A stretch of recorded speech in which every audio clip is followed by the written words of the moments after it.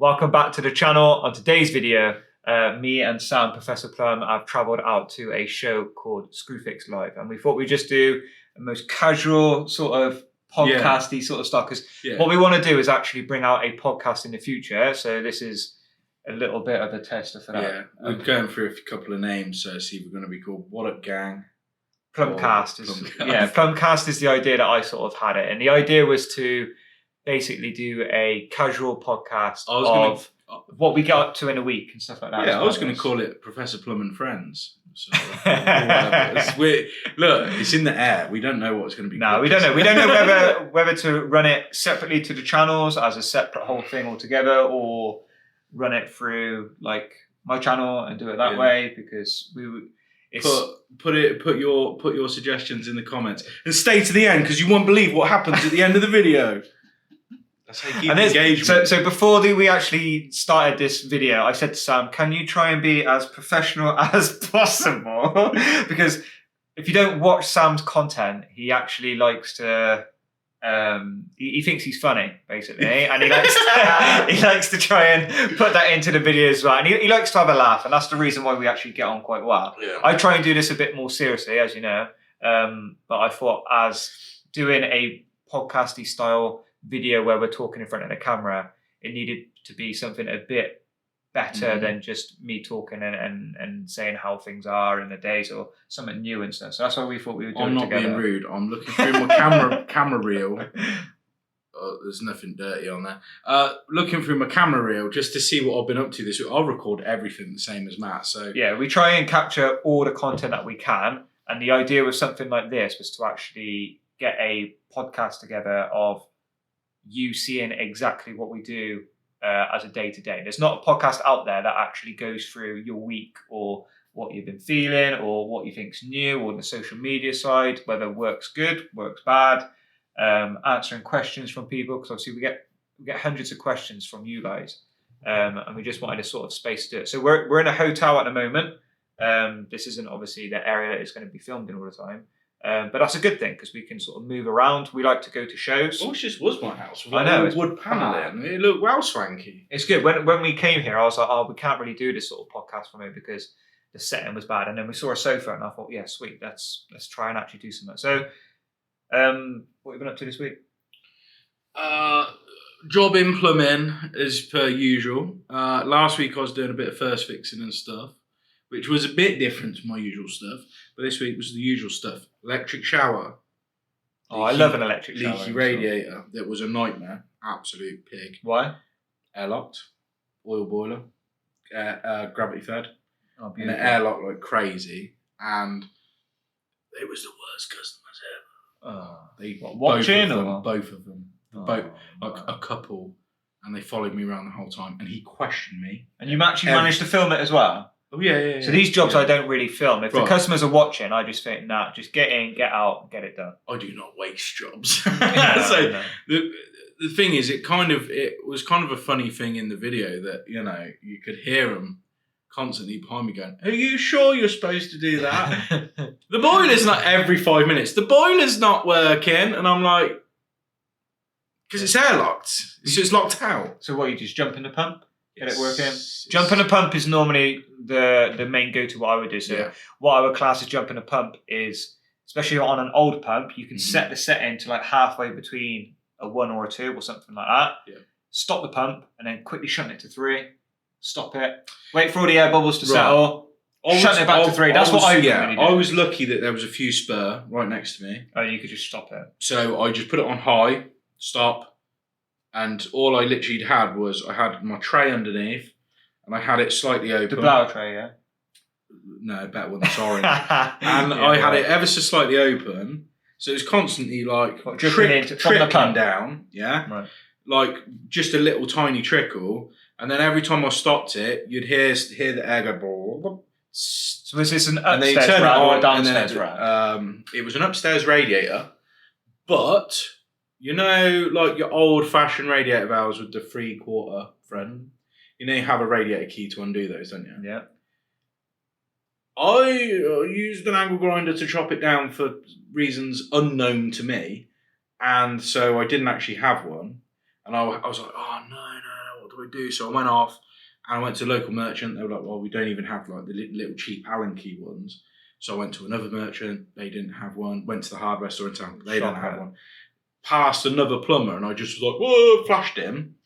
And he's not a plumber that I really talk too much. And I was just like, can I borrow your radiator key? He was like, the other one. Yeah, sure. So, yeah, he knows he's not getting it back at all. No, he did. I had to leave it at the merchant. And went out. And I think because I left it open, right? And I didn't shut off the vent. Well, not shut off the vent. I mean, I've already taken the valve off. So air is getting in the pipe still. And it's still flushing through. Like usually, right? If you're just draining down one radiator upstairs, you just drain down that one radiator. Normally. And if there's other radiators that are taller than it, then yes, you have to go for that. But yeah, what was it? Gravity system. So did you cap it off? Did you shut the cold feed off, or did you bung the tank, or just shut the cold feed off? Shut the cold feed off. So you'd still get the vent backing you down a little bit. Yeah. And so I didn't want to risk shutting off the drain off, because what if one of the other radiators upstairs, water started coming out of there and it starts coming out into the room. So of course I just left it with the drain off open. Now air's just constantly getting in and it's drained down more than it needed to, because when I went to bleed, the downstairs radiator that I had the hose from, I needed to bleed that, where usually you never have to bleed. Got that far down. Yeah, so loads and loads and loads of air, and yeah, it's just an absolute nightmare because it was tediously slow filling. And when I went up into the loft, because I was like, maybe... Sometimes some systems just want you to have the pump on while filling. Yeah. I thought, right, the header tank isn't even turned on. Because I've seen that quite a lot, where someone goes up there and instead of replacing the ball valve, they just turn the ISO off. Yeah. So I went up there and they'd bent the ball arm down that much that there was about that much water in the bottom. So I had to literally like push it down to try and get it to fill up, so at least you had a bit of something behind it. And when I did that, it carried on bleeding. Got ya. Another trick for air vented systems, especially if you're working on downstairs rads. I don't know if you ever do it or not, but if you change the radiator downstairs and then you fill it up back up again and it's not getting hot, especially on a drop, what would you do? Just turn all the others off. Sometimes what you can do is you can open up, what I like to do is open up the drain point of the lock shield into a bucket fast, and I mean open it like as wide open as possible. And what it does is it basically pulls all the leg downwards and then gets it all going again. Because you think about when you drain a system, you've got that top part of air in the top. It doesn't come down with that air pocket there. That needs to be sucked. Have you ever had one that bad that you've had to backfill? I have, and I did a very stupid thing on it. I decided to backfill it using my drain down hose. and it was running from a utility tap. Yeah. I'm pretty sure. Because they had for some reason they had bib taps. Yeah. So I put my normal orange hose on with a Jubilee clip and put it on there, and then after about 30 seconds, I came back into the room and this hose pipe was like double the size, and the thing just blew up in the middle of the room. So don't use your drain down hose. Yeah. Always make sure you use like a hose lock hose or hose. An actual drain. Yeah. An actual hose pipe one. Yeah, so I've done that loads of times. I used to like the braided, because you can get braided drain down hoses, can't you? I don't know. I hate them as well. Nerad used to make a bright orange one. No matter what drain down hose you buy, and they're expensive, right? So they're like 30, 40 quid a go. They always kink, even though they say that they're non-kinkable. They always kink. And they just stick to itself. So when you're unraveling it, because they're like that sort of matty material, they get bound up against each other and you just spend all your time unraveling them. I have looked at other options of actually going for not the rubber ones. The rubber ones are great. No, that's the ones I get problems with. Yeah. They're so I think weighty. Mine is like a Arctic Haze one, and it's like sweet. I'm pretty sure mine was a rough. Yeah. So Nerad make two. They make the rubber flexi, super flexible, nice anti-kink one, as they call it. Yeah. They also make one that's braided. It's basically just an outside hose. Okay, I never looked at that. Yeah. So it is covered on your insurance, because they say you need to have a drain down hose because it's to do with insurance, and that always orange, and it's something to do with the visibility, like seeing them. So the customers don't trip over. Yeah. So yeah, have a look into that because Nerad do one that's you can backfill with it. I'll have a look. What else are you doing? Electric shower, which is a lovely job because it was direct replacement. Like, I can't believe it. All right, this is a one in, question. one out. Do you use jointing compound on electric shower on a compressor? Yep. Always. I mean, I get loads of comments saying you shouldn't use jointing compound because it can get inside the heat exchanger. How does it get inside of anything? If you Right. how are you pasting it? In theory, right, an olive is on the outside of the pipe. Like So if you paste the outside of the pipe and you shove that pipe inside a fitting, it shouldn't ever come in contact with the outside of that pipe, right? It's dumb people comment where they just whap it all in there. So yeah, for me, I would rather take the hit on a warranty in a year and not have a leak. Yeah. Because that shower is going to outlast its warranty. They always do.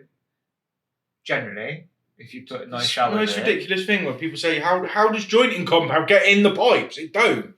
I know. Unless you're putting it on with your tongue. And sometimes they actually say to use like a speed fit fitting, which I actually think is a really good idea. Problem is, the stem isn't long enough to fully engage inside a speed fit fitting. So like, what else do? You have to fit a compression fitting. Copper or brass olives? I always use copper. Same. I'm a copper man. I just find they take softer. Yeah, they mould so much better. I know with brass you can really tighten them up, but you don't need to. No, you don't. You know, and the only time that they do pop off is usually if it's froze. Well, it's froze. It's going to be exactly the same as if the pipe was to burst. I know. It's just pressure. You know, pressure's eventually popped it off. It's probably better than having a burst, really. Right. Speaking of airlocks, I had a nice double unvented immersion change to do last week. I think it was Thursday I did it, and it was on ground floor, flats. So the access to outside was terrible, and it was set down lower than a window. Is this the one where you asked me if you should do it live? Yeah, I was thinking about doing it because in theory, right, in the video, what you see me do is I put a hose pipe on the actual drain point, and I chuck it out.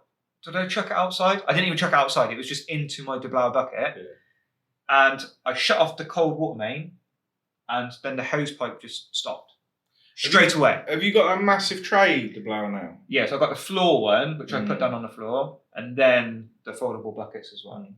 And the only way to get rid of the airlock on an unvented cylinder is to open up the top nut of the hot water, right? Or you open the TMP. So you need to get air into the system for them to actually work properly. Grips on the pressure relief. The only thing is, right, if it's not due a service, you're better to crack the top nut. 100%, because the TMP is going to cost you £100. Yeah, and the normal PRV is about £25, roughly, £25-30. So for me, I undone a nut, I lifted the pipe out of the way. Sometimes you can stick a hose pipe and siphon it because the drain points are so rubbish. My drain point was on the vertical, facing downwards, right? So I put the hose pipe on it, and I thought, right, this isn't going to vent properly. And I was fully prepared to just... I put the hose pipe on the side of the windowsill, and nothing was coming out. And I thought, oh, well, I should at least have water, because in theory it's coming down and back up again. There was enough height on it for it to do that. And I thought, right, okay, I'll just get the Deblau kit out, I'll run it straight into the bucket, and I'll just pump it out the window. That's normally like what I do. But we're talking about a 150 litre tank.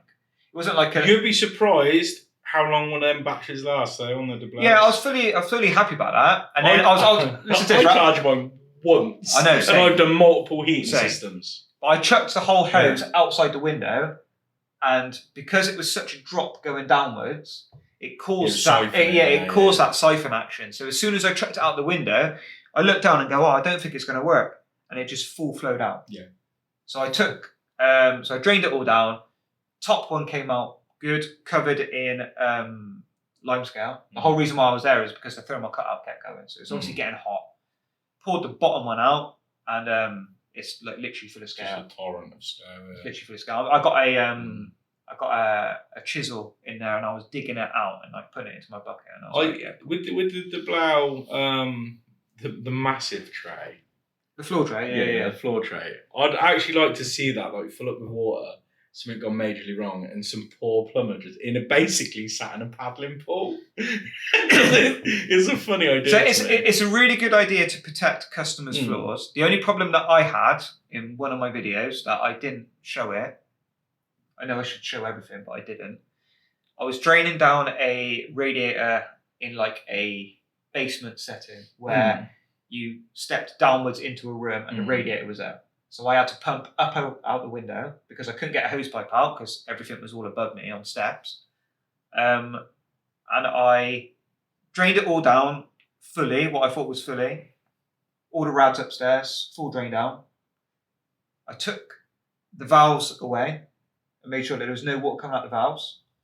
So the idea for me to do was, for the clip of the video, was to turn off both sides of the valves, and because I knew there was no more water in. I could lift the valves up, there was nothing in there. I left the valves on the radiator because I thought while I take it upstairs, I don't want anything to drip.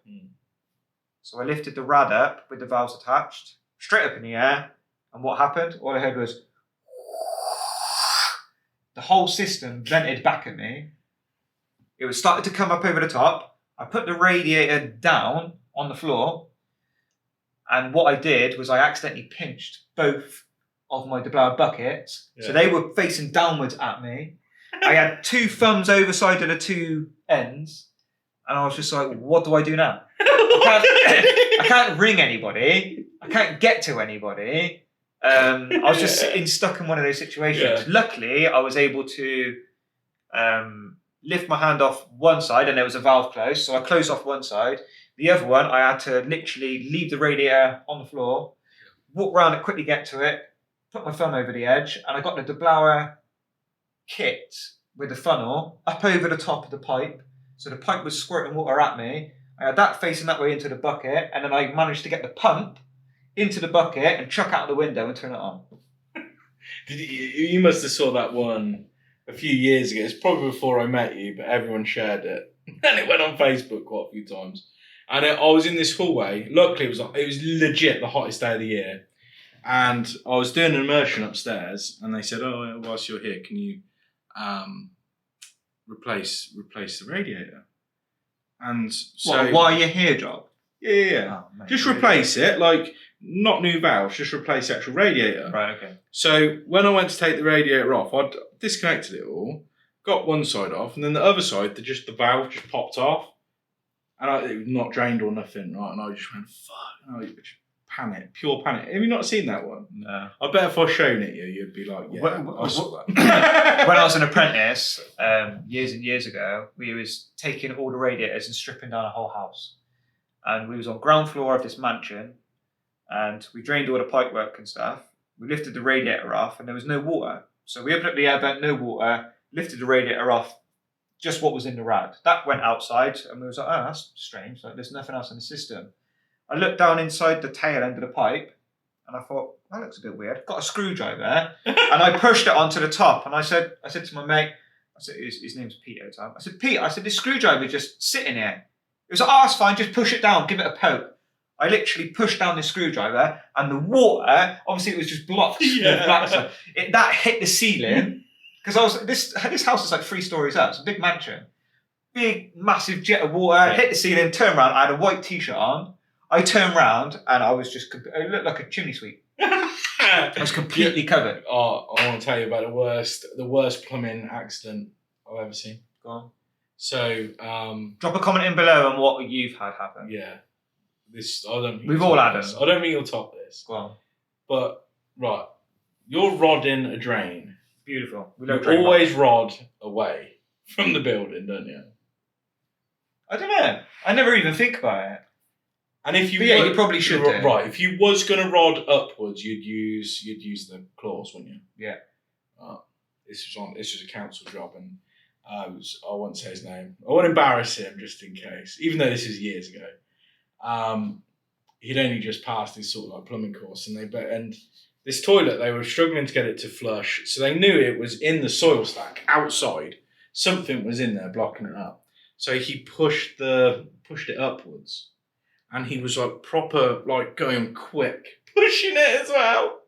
And then they went upstairs in the bathroom. It was like Artex. It was just like just brown Artex. And they're like, "Oh, oh, what do we do?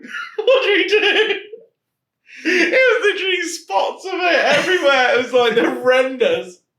There was always a clip that I used to see online of, I think my mate Plumber always shares it, of a person rodding a drain, and you see the top of the actual drain point coming up the top of the vent pipe of the ceiling, and it's just going brr, brr, brr, brr, brr, brr, brr, brr, brr, when I think he's actually. Have you seen the one where it comes out of the toilet and then it catches on the shower screen? The shower screen is just going. Yeah.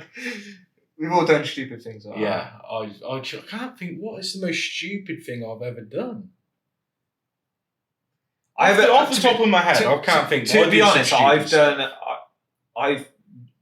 my whole plumbing career of not actually causing much of a problem. Yeah, I've cut through a live pipe before. On like the first thing of a job, we was doing a barn conversion, and we had to cut up all the floors to reroute some hot water works from the airing cupboard to the bathroom, because I think we was doing shower pumps and stuff. So I got the circular saw, first thing out. I didn't depth gauge it at all. You just look at it and go, that'll be all right. First cut, straight in my face, water pipe, tank fed. Luckily, I just turned around, got to the tank, to the hot water airing cupboard, and just turned off the first gate valve I had, and it just shut down. I did look below, and there was a big oak wooden beam, and the water was dripping past it and caused a stain. Luckily, over the day, there was nobody in, so I was able to get a bit of sanding paper and just sand it down. They didn't like treat it or anything, and it actually worked out okay. But yeah, we all get. Yeah, I've accidentally pins flown out. I've radiated. Yeah, I've never done that. I was always taught when I was apprentice, don't ever take them out because they can go flying. I did it like on a council job where, you know, I was only an apprentice and I panicked and I was going, Jason, come up here. And then it was like, I've lost the pin. He was like, you idiot. So he was like searching for the pin, found it in time before it actually vented. Before it didn't even come out? Yeah, just before it came. I'm pretty sure if it was a vented system, you could stick your thumb over it. Now, I did it when I first started out self-employed. And this pin, it shot out.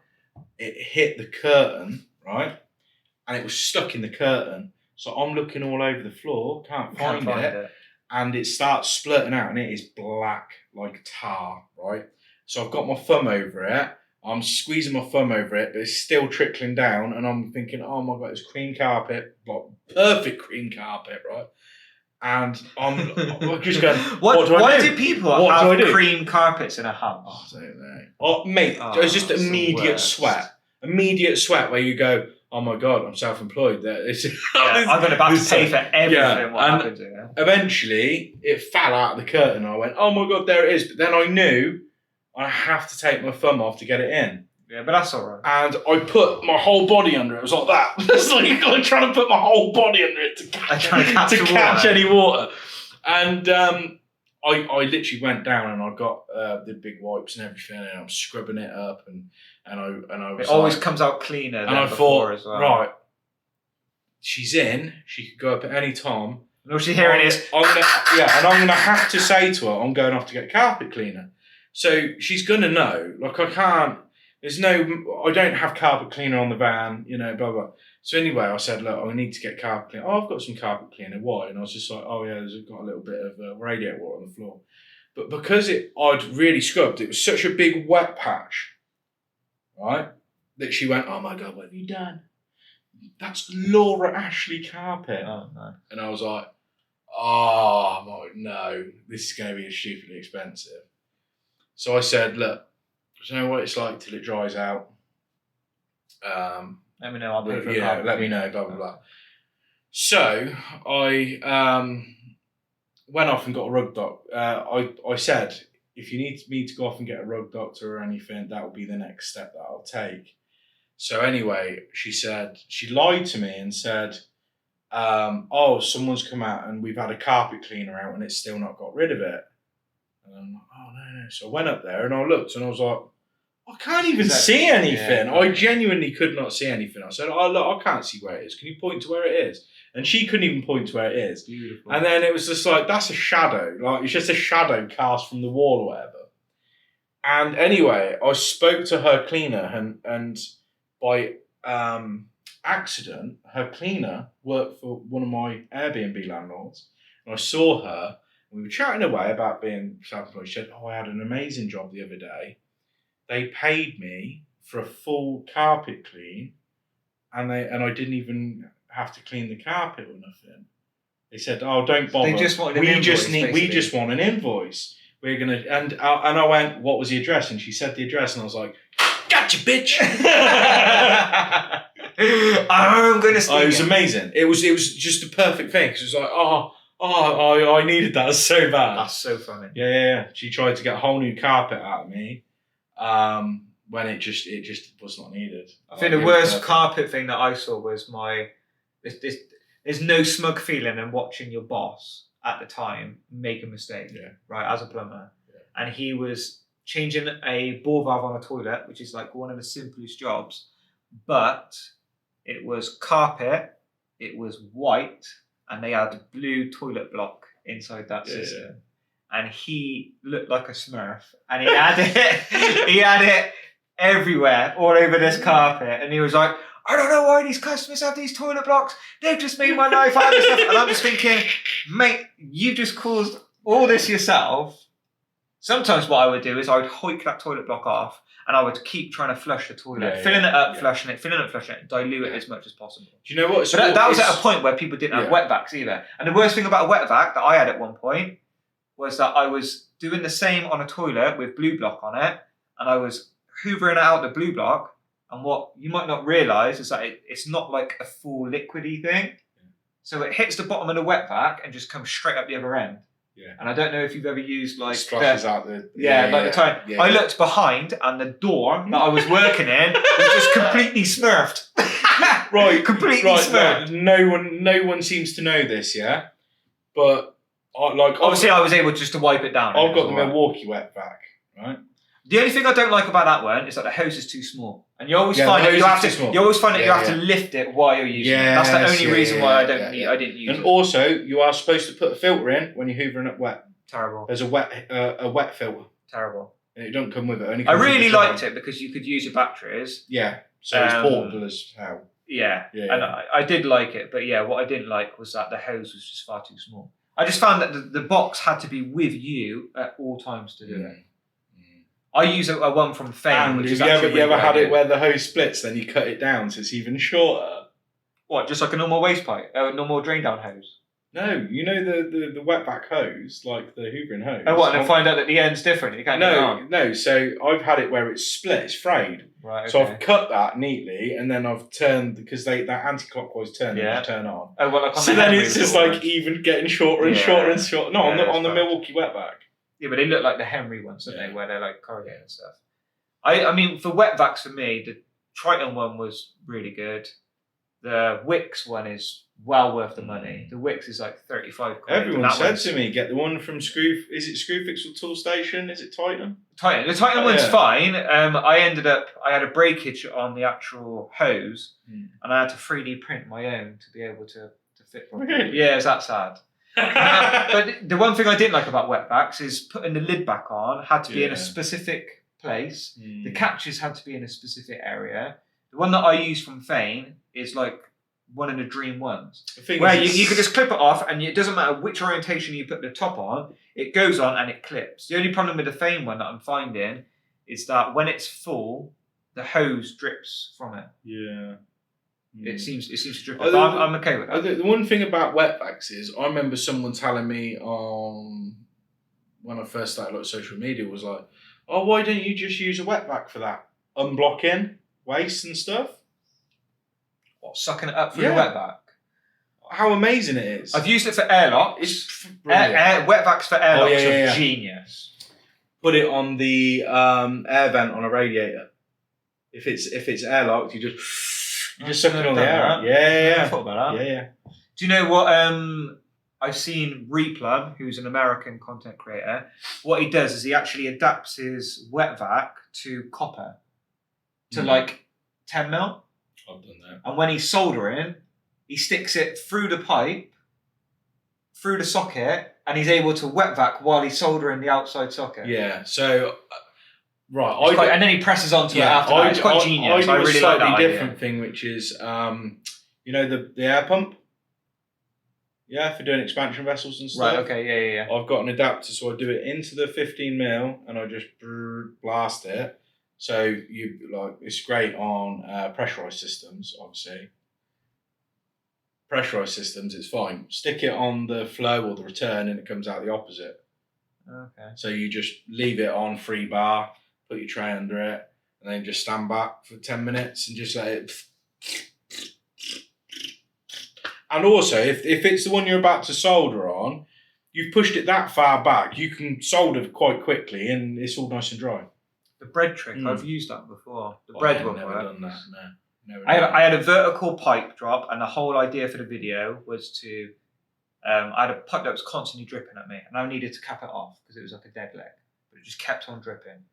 My idea was speed-fit cap in on the bottom, let the pipe fill up, freeze it, freeze the pipe above it, cut it, and then solder a socket on underneath. And I thought that I would probably get enough time to be able to solder the cap end, even though it's freezing above. Yeah. That didn't work, so that went out the window, and I turned round and I thought, how am I going to stop this dripping?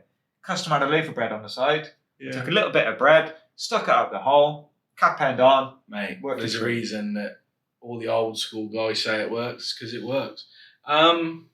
But people were saying that it would cause Legionella quicker because of bacteria in the system. One tiny little bit of bread in the whole system. Yeah, that's why we got inhibitor and stuff in there. Well, them chemicals. My thought process was it was pushing against a cap end anyway. It's not going to go anywhere. So if it breaks down, it's not going to do anything. It's not going to circulate or anything like that. So yeah, there was that sort of thing. And the wet vacs, like I say, for airlocks, stick it over the pipe.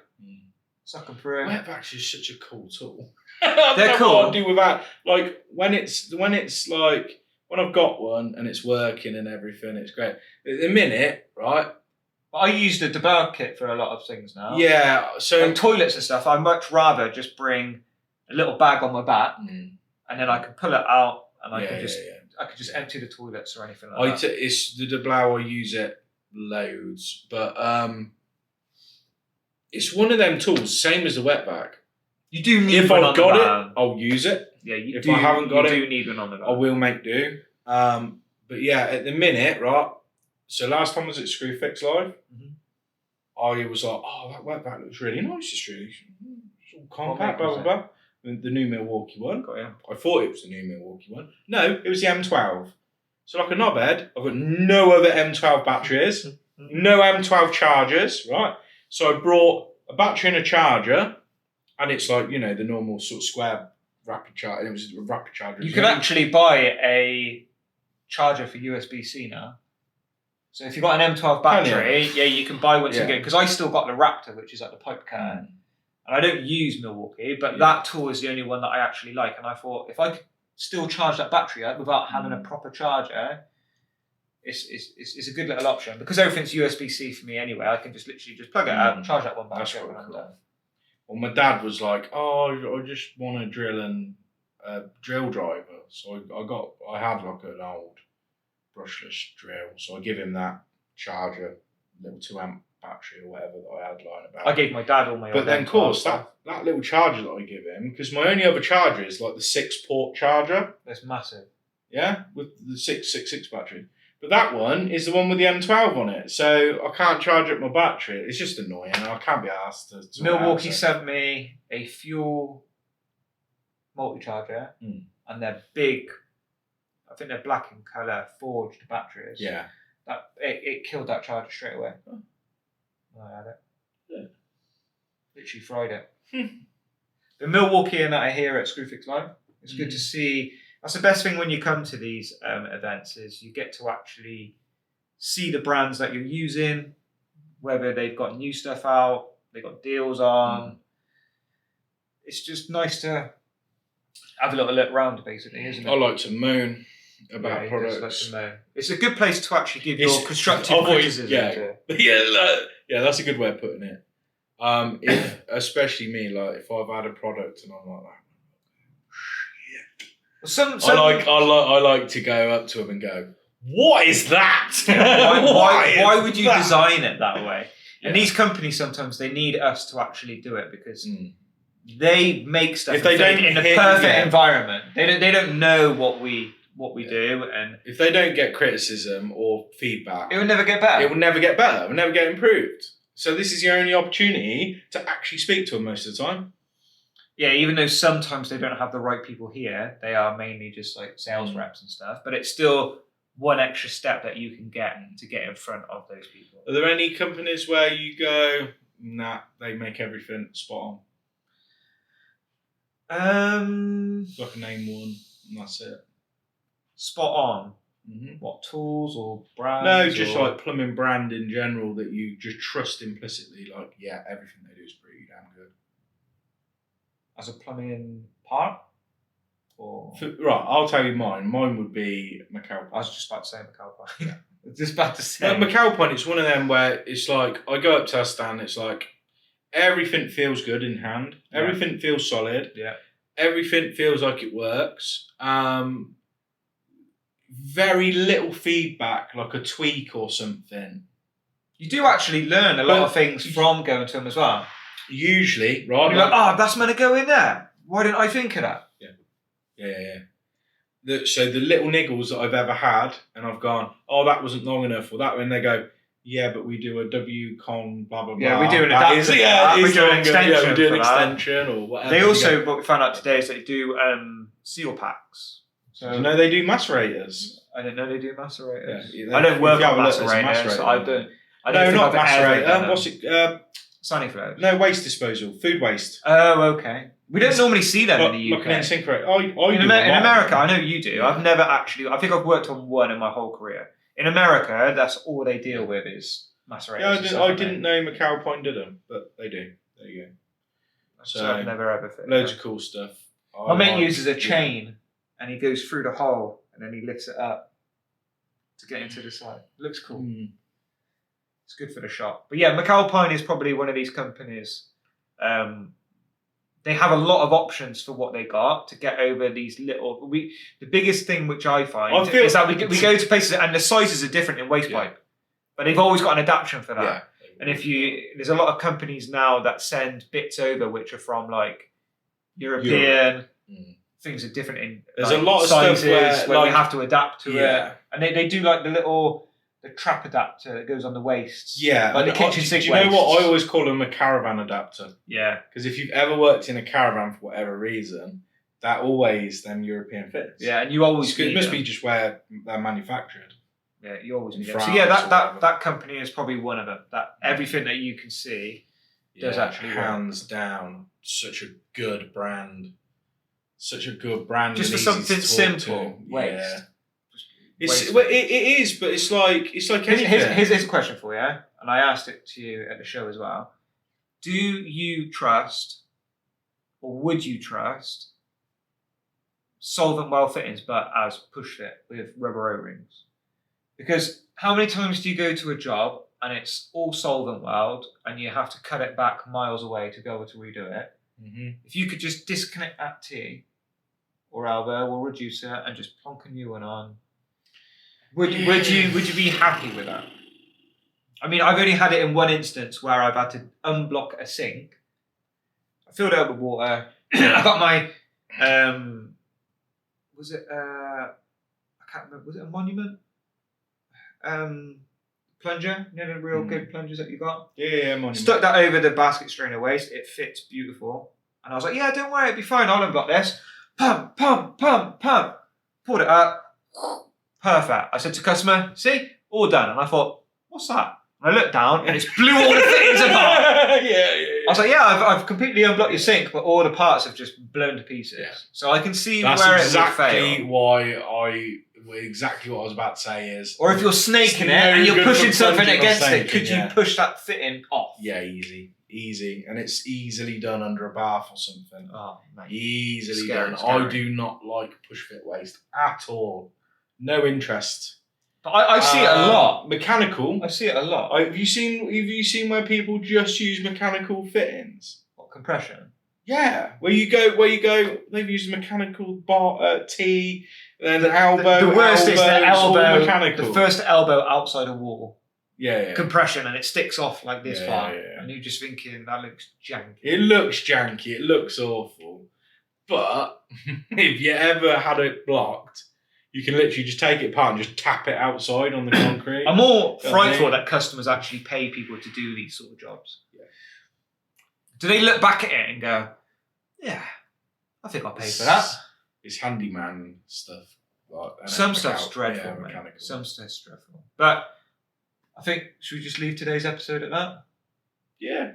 It's a nice little test of whether you think this would be something that you'd want to watch, something that you want to listen. We got wireless mics on. In my ideal world would be full podcast style, bit more higher quality in the audio, but we're using a decent high-end camera and hopefully that's captured the thing. I think our setting's a little bit too far away, but we can work on these things. But if you want to see... This is the beta test. 100%. Beta test, yeah. But I think maybe if you want to see these in the future, drop a comment down below. Yeah. And so let us know what intro you find best. Hi guys, welcome back to the channel. This is me, Matthew. Or you want what up, gang? What up, gang? We're back again with another podcast, Plumbcast. Bitch. I can't stand any of that. I can't stand any of that.